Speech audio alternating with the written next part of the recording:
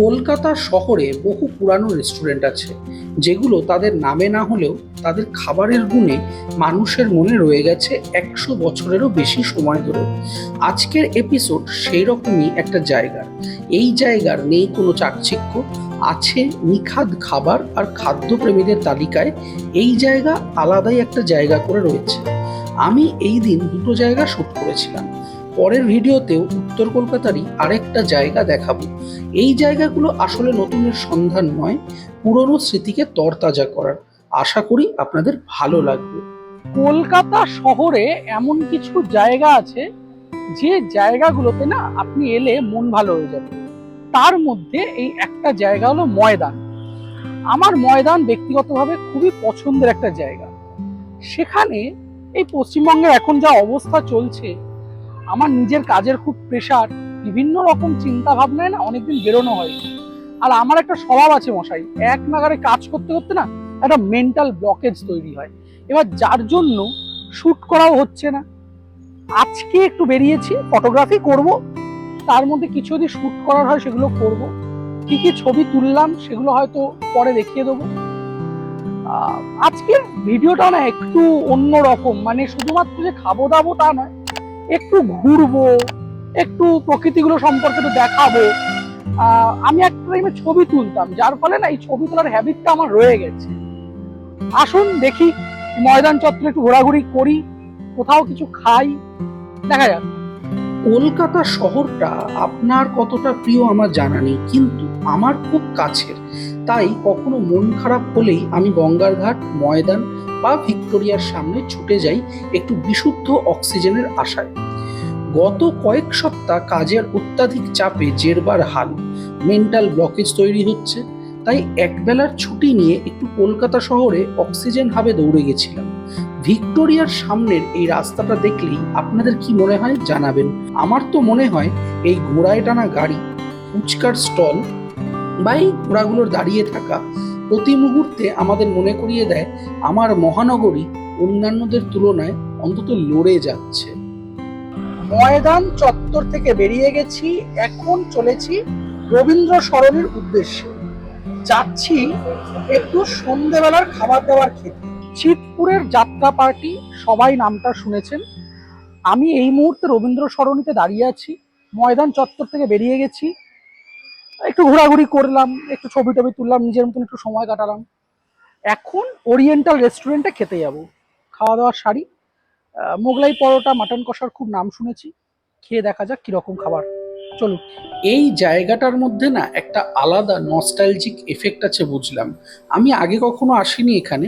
কথা বলে জানলাম এই জায়গাটার নাম পাশের স্কুলের নামেই, অর্থাৎ ওরিয়েন্টাল রেস্টুরেন্ট নামটা এসেছে ওরিয়েন্টাল সেমিনারি থেকে।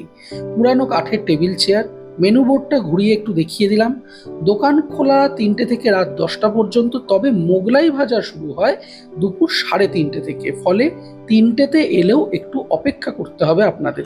ওরিয়েন্টাল রেস্টুরেন্টে এসেছি আর মোগলাই খাবো না তা তো হতে পারে না। আমি অর্ডার করেছি মোগলাই পরোটা আর এর সঙ্গে মাটন কষা। এই দুটো খাবার আদতেই সন্ধেবেলার স্ন্যাক্স হিসাবে তো বটেই, অনেক সময় রাতের ডিনার হিসাবে জবরদস্ত একটা খাবার।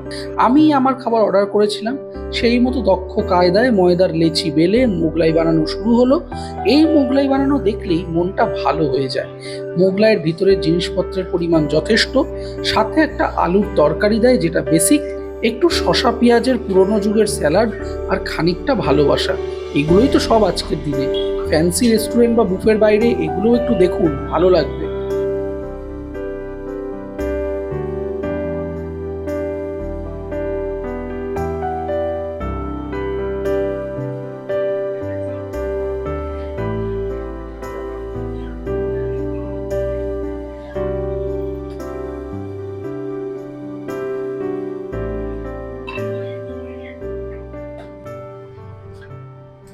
এই এইটা কি?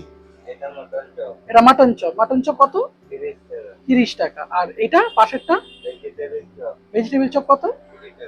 20 টাকা। আচ্ছা, আর এক কোয়ার্টার মাটন কষা হচ্ছে তোমার 240। একটু দেখানো যাবে নাকি? একটু দেখিয়ে দাও। আচ্ছা, লাভলি, একদম সুন্দর হয়েছে। আর এদিকে আছে ওনাদের বিরিয়ানি। এই চিকেন বিরিয়ানি মাটন বিরিয়ানিরও বেশ ভালো কাটতি আছে এখানে। অর্ডার এসে গেছে আমার, আর অপেক্ষা নয়। 154 বছরের পুরনো ওরিয়েন্টাল রেস্টুরেন্টে বসে রয়েছি। আমি যে আইটেমগুলো নিয়েছি সেটা হচ্ছে মাটন চপ, একটা মোগলাই পরোটা, আর 1 কোয়ার্টার মাটন কষা। মোগলাই পরোটা ভাজাটা দেখালাম আপনাদের, একদম সুন্দর পরিপাটি পরিষ্কার পরিচ্ছন্নভাবে করা, খেতে কোনো রকম ভয় ডর কিছু লাগার কথা নয়। মোগলাই পরোটা ব্যাপারটা না, বেইদা পরোটা নামক একটা খাবার ছিল মুঘল যুগে, সেখান থেকে এসেছে। বাড়তি কথায় কাজ নেই, মাটন চপটা ভেঙে দেখি কি কি আছে ভেতরে। মাটন চপের সাথে এইরকম পেঁয়াজ কুচি দেওয়া আছে, আর শসা পেঁয়াজ কুচি স্যালাড, আর তার সঙ্গে কাসুন্দি দেওয়া আছে। এইরকম দুর্দান্ত ভিতরটা, এটা পুরোটা মাটন কিমা। খোলসটা যথেষ্ট পাতলা, খুব সম্ভবত একটা আলুর হালকা আবরণ রয়েছে। খেয়ে দেখি বিষয়টা কিরকম। কাসুন্দি ছাড়া খাই। হালকা গরম মশলার গন্ধ আছে, আলুর খোলস, তার মধ্যে বেশ ভরপুর পরিমাণে মাটন কিমা। 30 টাকা দাম অনুপাতে এই মাটন চপটা একদম পারফেক্ট। এবং খোলসটা এতটাই পাতলা যে এটা বানাতেও বেশ মুনশিয়ানার প্রয়োজন। প্রপার কারিগর না হলে এরকম মাটন চপ, এরকম মাটনের পুর ধরে রাখা সম্ভব না।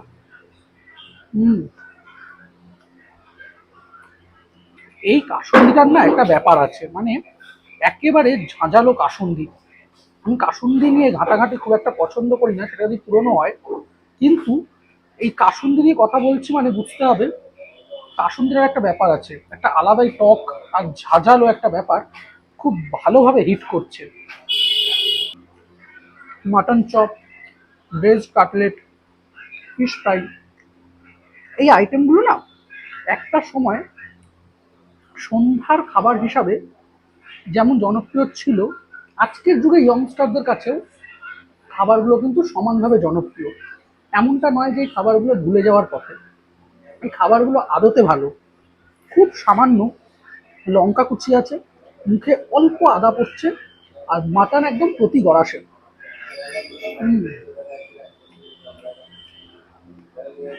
ফাটাফাটি। মোগলাই পরোটা নিয়েছি, যেটার নাম একটু আগেই বললাম, গোলযুগে বেয়দা পরোটা নামে পরিচিত ছিল।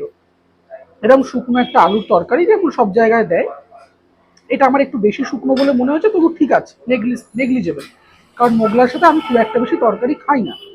এরকম শসা পেঁয়াজের স্যালাড আছে, আর এই রকম আছে মোগলাই। মোগলাইয়ের ভেতরটা যদি দেখাই তাহলে একদম সিম্পল, মানে ডিম, পেঁয়াজ, বিস্কুটের ক্রাম, তার সঙ্গে কাঁচা লঙ্কা, এই জিনিস দিয়ে এটা তৈরি হয়েছে। একদম সুন্দর, বাইরেটা ক্রিস্প আর ভেতরটা বেশ সুন্দর নরম।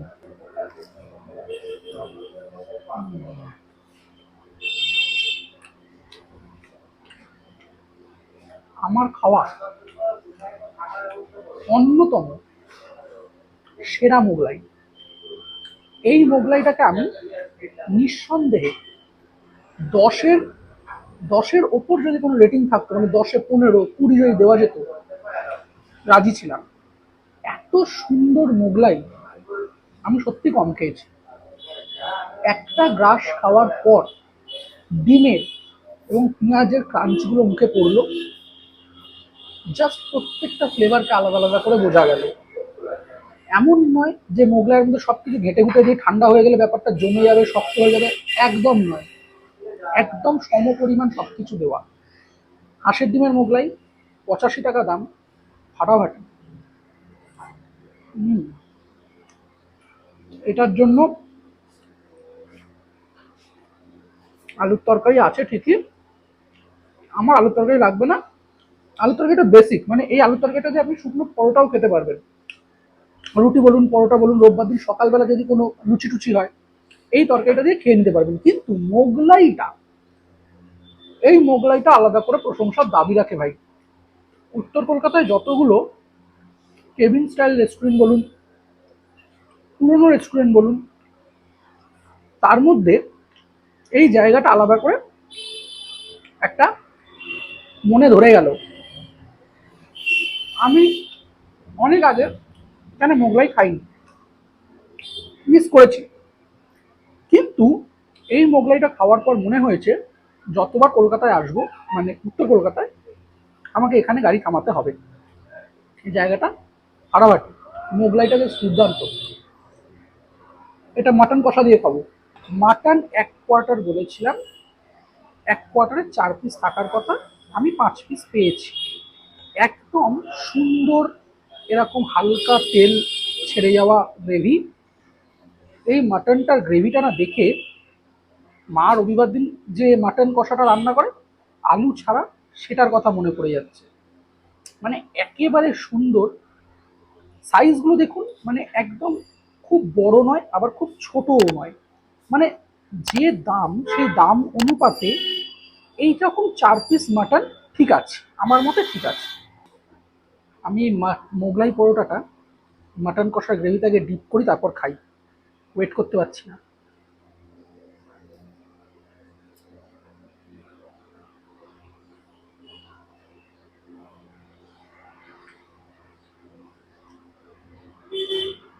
শিখতে গেলাম একটা সময়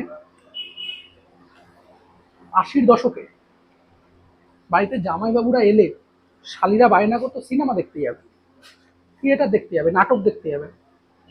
এই চিতপুরের যাত্রাপাড়ার এই ওরিয়েন্টাল রেস্টুরেন্টে খাওয়ার পর মনে হচ্ছে জামাইবাবুর কাছে বায়নাটা খেলনা ছিল না, ঠিক ছিল।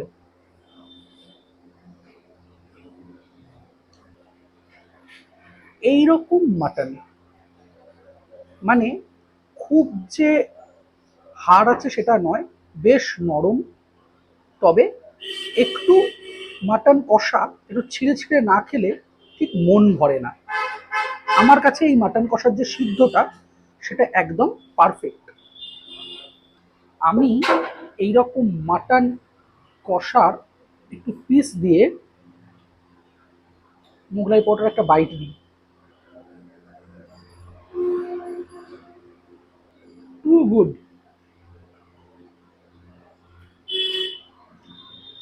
এর আগেও অনেক জায়গায় মাটন কষা মোগলাই পরোটা খেয়েছি, এটার মতন নয়। এই মাটন কষাটা একদম সাটেল, মানে খেয়ে আপনার বদহজম চোঁয়ারেকুল হবে না। ওই যে বললাম রবিবারের দিন যেটা হয় সেইটা। আসুন, খেয়ে দেখুন, ভালো লাগবে, কথা দিচ্ছি। খাওয়া শেষ করে বাকি কথা বাইরে। ওরিয়েন্টাল রেস্টুরেন্ট থেকে খেয়ে বেরিয়ে গেলাম। এই জায়গাটা যদি বলি তাহলে এটা রবীন্দ্র সরণি, গড়ানহাটা রোড। আর এই ওরিয়েন্টাল সেমিনারি স্কুলের একদম ঠিক পাশে। খাবার দাবার নিয়ে যদি বলতে হয়, আমি সত্যিকারের এরকম মোগলাই পরোটা খুব কম খেয়েছি। এত ভালো মোগলাই পরোটা, না ভিতর থেকে কাঁচা, অথচ একদম প্রপারলি কুকড। সাথে মাটন কষাটা একেবারে জবরদস্ত। মাটন চপটাও দুর্দান্ত, মানে 10-এ 8, 8.5 দেওয়ার মতন। এবার যদি বলি দামের কথা, আমার হয়েছিল 355 টাকা বিল, এনারা 300 টাকা নিয়েছেন। তার জন্য থ্যাংক ইউ। কিন্তু খাবার দাবার নিয়ে কোনো রকম কোনো অভিযোগ আমার নেই, দুর্দান্ত লেগেছে। আপনারা আসুন, যারা পুরনো কলকাতার খাবার দাবার খান তারা জানেন খাবার দাবারের টেস্ট এখানে কেমন। আমাকে আলাদা করে এর কোনো সার্টিফিকেট দিতে হবে না। চলি, পরে একটা ভালো ভিডিওতে দেখা হচ্ছে।